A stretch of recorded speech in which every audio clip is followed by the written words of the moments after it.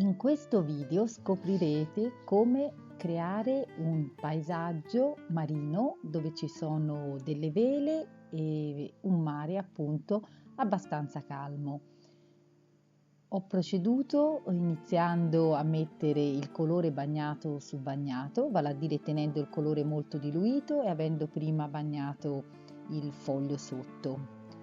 Piano piano procedo aggiungendo sempre il colore, passando sempre dalla tavolozza e piano piano vado a rendere il colore più saturo per andare a fare ad esempio le montagne, gli scogli che si vedono in lontananza.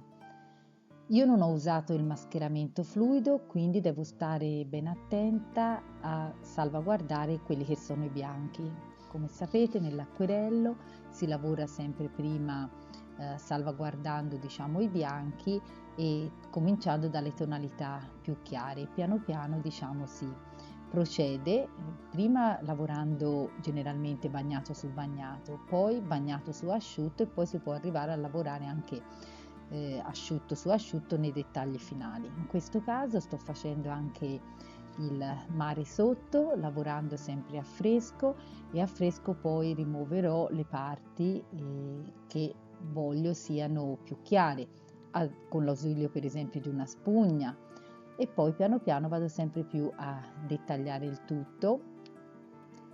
Vado a dettagliare il tutto mettendo a questo punto anche la base delle barche, iniziando a fare poi anche più dettagli nella montagna, sullo sfondo, e rintervengo su alcune parti che avevo già lavorato e che a questo punto risultano asciutte, perché altrimenti mi si sarebbe tutto sfumato e diffuso il colore.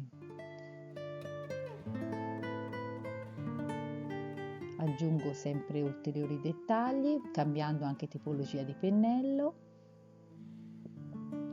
Se avessi utilizzato il mascheramento fluido sarebbe stato più facile perché si poteva rimuovere, vedete come in questo caso, la pellicola.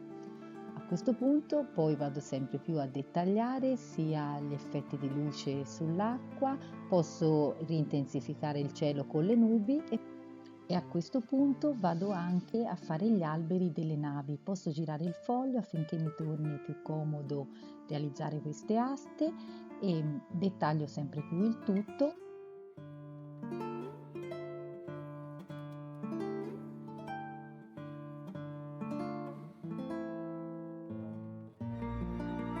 Avevo messo poi un nastro intorno perché mi creasse una sorta di cornice che ora andrò appunto a rimuovere. A questo punto il lavoro poi risulta terminato. Una volta riaggiunti tutti i vari dettagli, potete vedere il lavoro finito. Grazie per avermi seguita.